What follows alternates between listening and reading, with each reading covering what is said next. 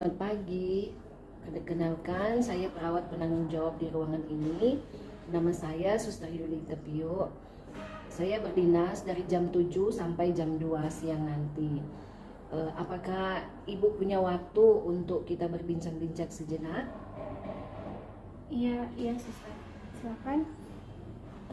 Baik, Ibu kan sudah beberapa hari dirawat di rumah sakit. Saya ingin bertanya, apakah di setiap saat ini Ibu dirawat, apakah membutuhkan cinta, perasaan dimiliki, dan penghargaan? Eh, Kalau sebagai manusia, saya juga butuh perhatian ya, Sas, dan juga butuh kasih sayang baik dari orang terdekat atau bahkan di rumah sakit dari perawat, dari dokter yang merawat. Dan saya bersyukur karena beberapa hari ini di rumah sakit ada beberapa perawat yang begitu perhatian dengan keadaan saya, yang mengerti. Kan ada perawat yang begitu mau berteman dengan saya, padahal mereka tahu penyakit saya cukup parah, tapi mereka seakan-akan tetap memberi semangat bagi saya. Untuk di rumah sakit ini biasanya ada pelayanan pastoral.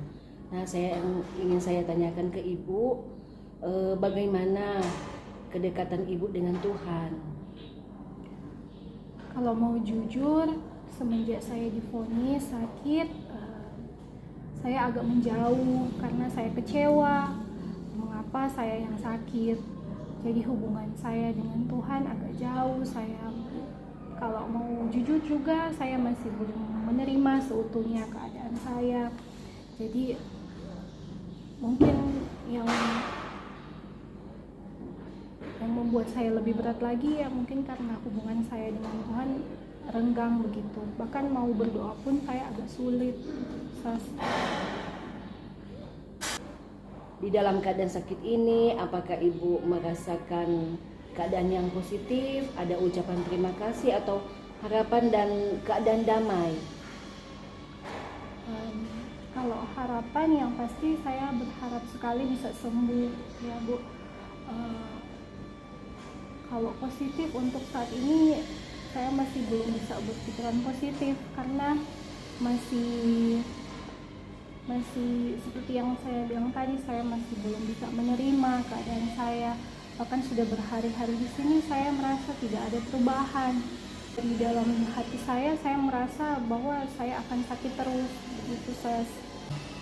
Nah, kalau saya melihat dari yang sudah disampaikan oleh Ibu tadi, di sini tujuan kehidupan dari Ibu itu, Ibu masih rasa ragu-ragu, atau menurut Ibu bagaimana?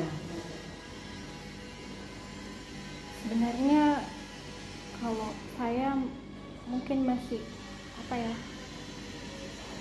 seperti kehilangan arah begitu.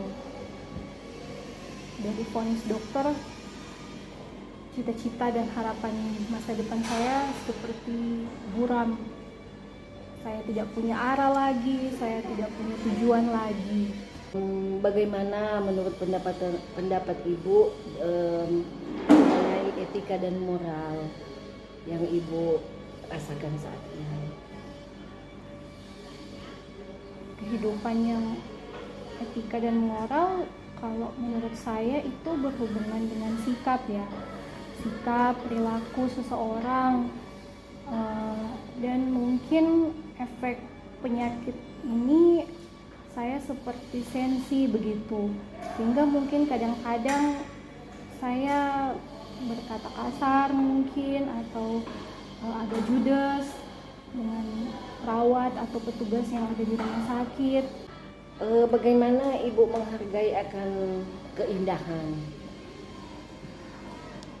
Mungkin ketika saya melihat keluar jendela, karena taman rumah sakitnya juga cukup bagus, jadi seperti mengalihkan rasa sakit saya sebentar begitu. Namun hanya sebentar, ketika saya berpikir lagi atau merasakan sakit lagi, saya kayak tidak mensyukuri keindahan yang ada di luar.